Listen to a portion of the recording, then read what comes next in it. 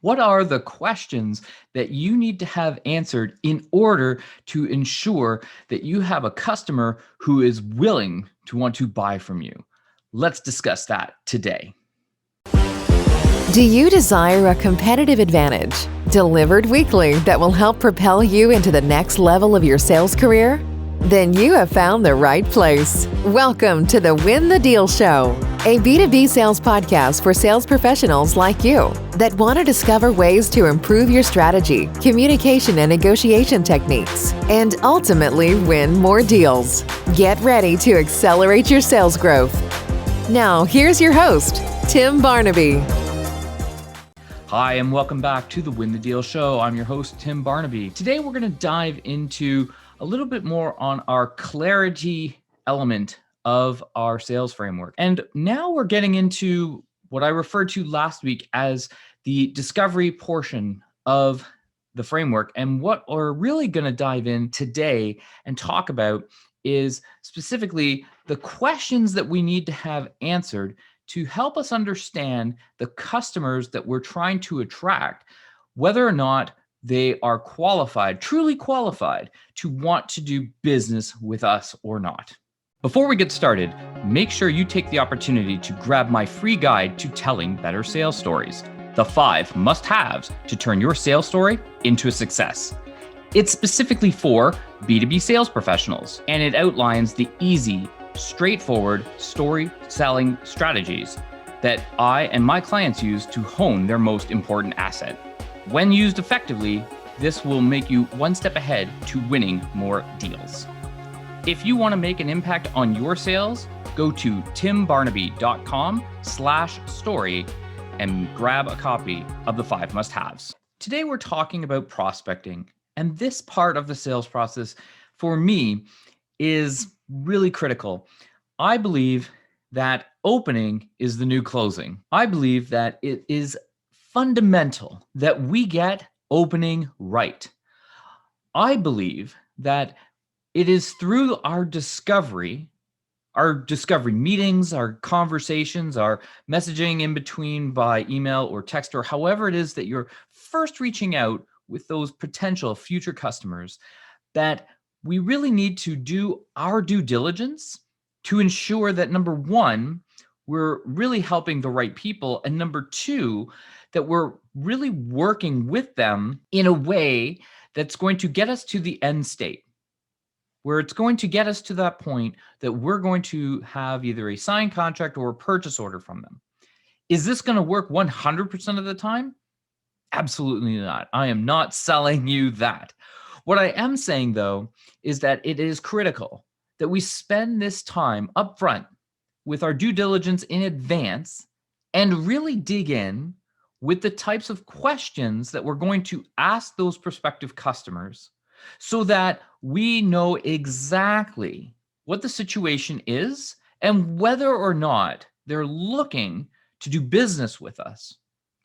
There are 4 critical questions that we need to answer as part of our sales process to determine whether or not the customer is really going to want to buy from us or not. And again, this does not mean that if you answer all 4 of these questions in the affirmative, that they will absolutely sign on the dotted line at the end.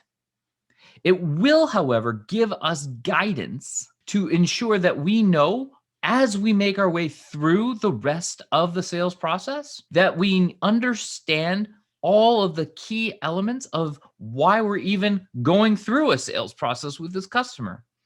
And it will provide us with that valuable insight that we need to help us when we eventually get to the close, the end state, where we really need to make a final decision as to whether or not we will absolutely do business with each other. Let's walk through what those 4 questions are. The first question that you're going to want to ask is, does your potential future customer have a problem? I've spoken about this on previous episodes. We want to be in the business of solving problems, and specifically business problems. And that is the first key critical question that we need to answer. If we have not identified a problem that they are trying to fix, then we need to find that before we really advance our sales process. Having a conversation with that potential future customer really revolves around their problems. And those problems could be pain-based, but they have to be problems that your company can solve for. Question number 2. Now that you know that they have a business problem, does your prospective customer agree that they have the problem? Through our questioning and through our assumptions and through our thoughts and processes and value adds that we're having as part of the conversation to uncover the problem, the potential customer has to admit that they have this problem and are aligned to it. There are times that the people that we're speaking to are facing challenges. And we try to help them by having these conversations around what is working in their business and what is not, and what are they doing to try to fix any potential issues that they may be having. They have to agree, though, that when we have identified this potential problem, that they recognize that it is a challenge for them. It's one thing for us to ask questions and to infer that they have a challenge in front of them, and yet they may not necessarily share all of the details. I know it's shocking that somebody may hold back critical information as to whether or not they are facing issues or not. We need to have that level of conversation, open, honest, transparent conversations with them to really dig in and find out, are they challenged by these issues? And legitimately, we may make certain jumps to conclusions. We may find ourselves stretching at what may be a challenge for them, and we may not be on the right course. So we really need our potential future customer to acknowledge that there is a problem that we have uncovered or identified through the conversation, and that they agree that that is a problem that they have. The third question that your potential future customer needs to be able to answer with you is, do they want to fix it? Do they want to fix it? You've had the conversation and you've uncovered a pain point in their business, something that is preventing them from going forward.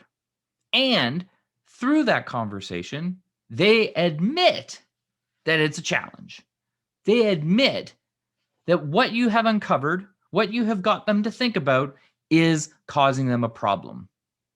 Now, is it worth fixing? Is it worth fixing? Here is an element that you need to really dig in on. And this is why impact is so important. Impact is defined as the amount of time lost, or the amount of revenue that's lost, or the amount of profitability that is lost, or the turnaround time, or the number of lost employees, number of lost customers. These kinds of challenges, business challenges that your potential customer may have, needs to agree that it is worth fixing. For example, if we uncovered a problem that was in the neighborhood of a $50,000 or even $100,000 business problem to your prospective customer, and you have a solution that is $25,000, it has great ROI, right? At least 2 to 4 times the ROI for the investment in your goods and services. And yet, they might be a $1 billion company. So this very small problem, this $50,000 to $100,000 problem in a $1 billion company may be something that they're aware of, but may not necessarily want to fix because it will have such a small impact on their business versus somebody who is only at $1 or even $10 million. They may look at what that potential problem could be and how it could escalate and become even more problematic to the level that they would definitely want to consider going forward and fixing it. So we need to understand that context. It's part of the reason we need to understand what the impact is, how much of a gap that there is between where they are today and where they could be in the future if the problem were to be fixed, and what the cost of their business would be if they chose not to fix it. Would the cost go up? Would they continue to see churn in the number of people that they have in their company or the number of customers that they have? Would they see a decline in the profitability of their business? These kinds of factors need to be part of the conversation, because if they are not willing to fix the problem for various reasons, then there may be no reason to continue with the sales conversation. Because even though you can help fix the problem, if they're not willing to fix it, what point is it in continuing on in the conversation? The fourth question that you want to have answered is, will your prospective future customer be willing to go on the journey to fix the problem with you? There is some likeness or relatability or just resonance with you and that prospective future customer, that they have to recognize that there's a business problem or technical problem that they're facing, that they agree that there's a challenge, that they want to fix it, and that you're the right company to help them. So we need to really find a way through our questioning to know that we are going to be a challenger to you. We are going to make sure that you're thinking about the purpose of what it is that you're going to use the product or service for, that it's going to solve the business problem that you're facing. And in doing so, we want to build that ability to say we can work together to push each other, to make sure that it's a right fit, not just roll over when people say, please do this. Really have a true partnership and find a way in which to do that. When we do that, and we've answered that fourth question of them wanting to go on the journey with us, we have a really good, qualified, prospective future customer. And we can take all that information and run with it through the rest of our sales process to help us build a better sale experience with that potential future customer. Let's recap. 4 questions you want to have answered before you move forward in your sales process. Number 1, does your prospective future customer have a problem that you can fix? Number 2, do they recognize that it is a problem and agree that it needs to be fixed? Number 3, do they want to fix the problem? And number 4, are they willing to go with you on the journey to fix the problem? Answer yes to those 4 questions, and you have yourself a qualified potential future customer. Leaders are readers. Want to become the next leader for your team? Let's check out what Tim is reading this week. This week's book is Gap Selling by Keenan. The way I heard about this book was through a LinkedIn poll, or it was a post, I guess, to a poll that talked about what is the greatest sales book of all time. And there were plenty of authors on there, some that I've already previewed on the show, some that are actually going to be showcased with their books on future shows. And what I found was that this book was making its way up the charts. I hadn't heard of the book. I hadn't heard of Keenan.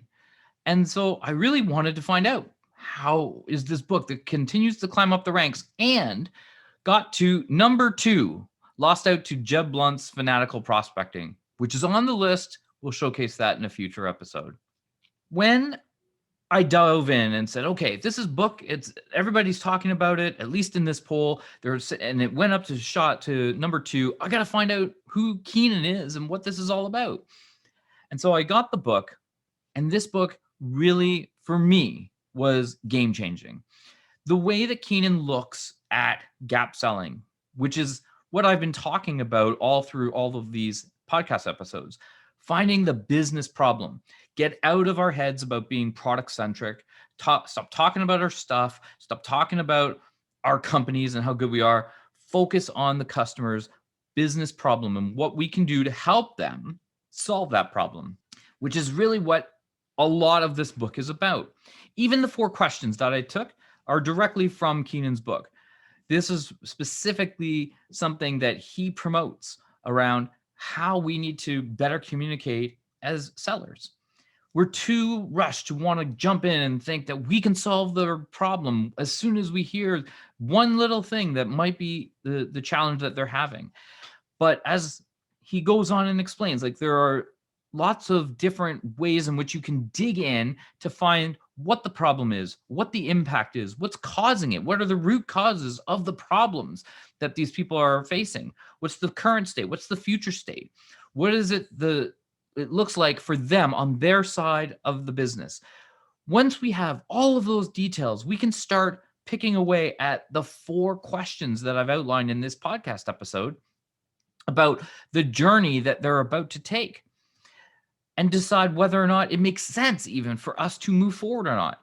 If we can't answer those 4 questions legitimately through finding out about all of these different elements, as I've explained, the root cause, the impact, the problem, the future state, and the current state, if we don't have all of that, then it's not worth having the conversation to move it forward.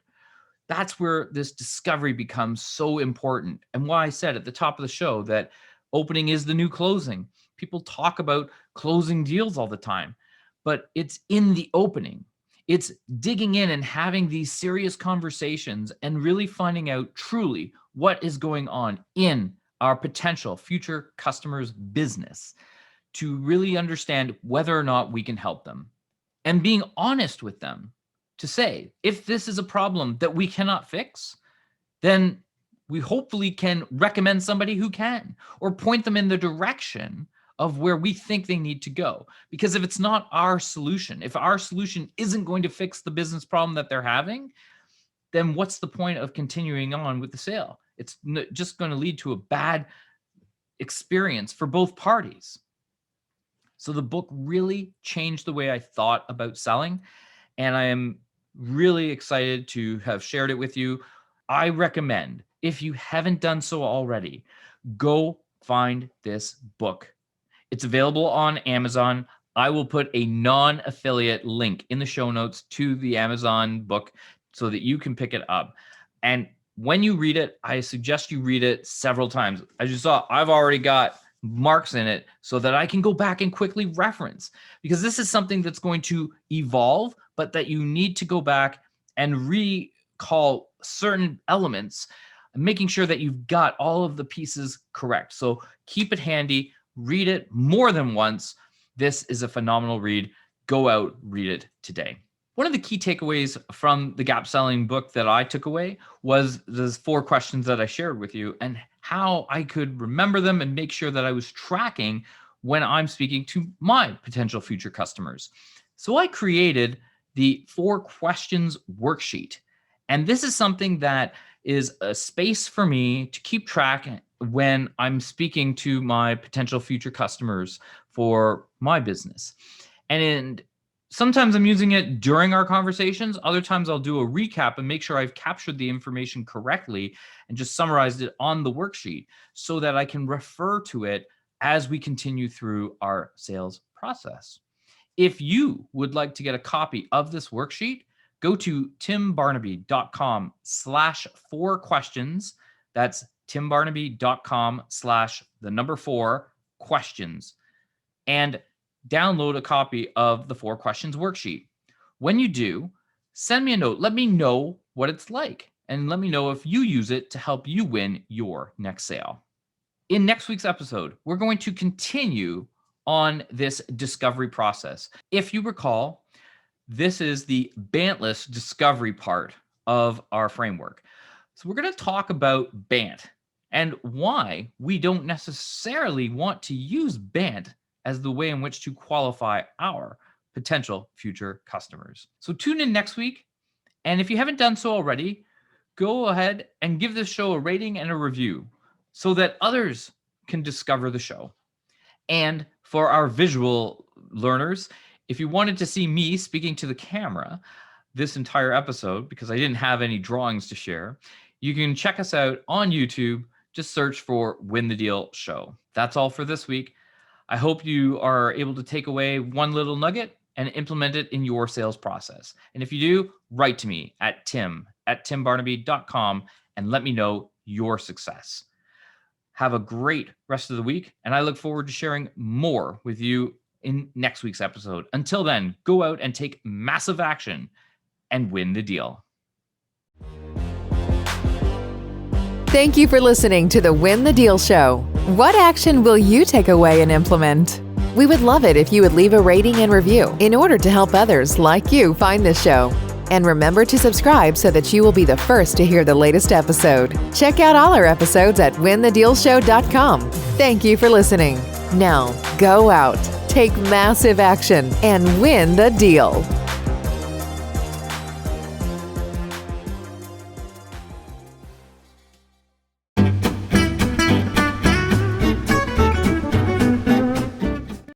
Today's episode really is... There are 4 critical questions that we need to have answered that is really going to make it that have an integrated IT piece. Scrap all that. Now the light went out. Hello. A conversation with that potential. We can see sometimes through what they are working with. Do they agree that they have a problem? Number 4. Let's recap. No, that's not good. Okay.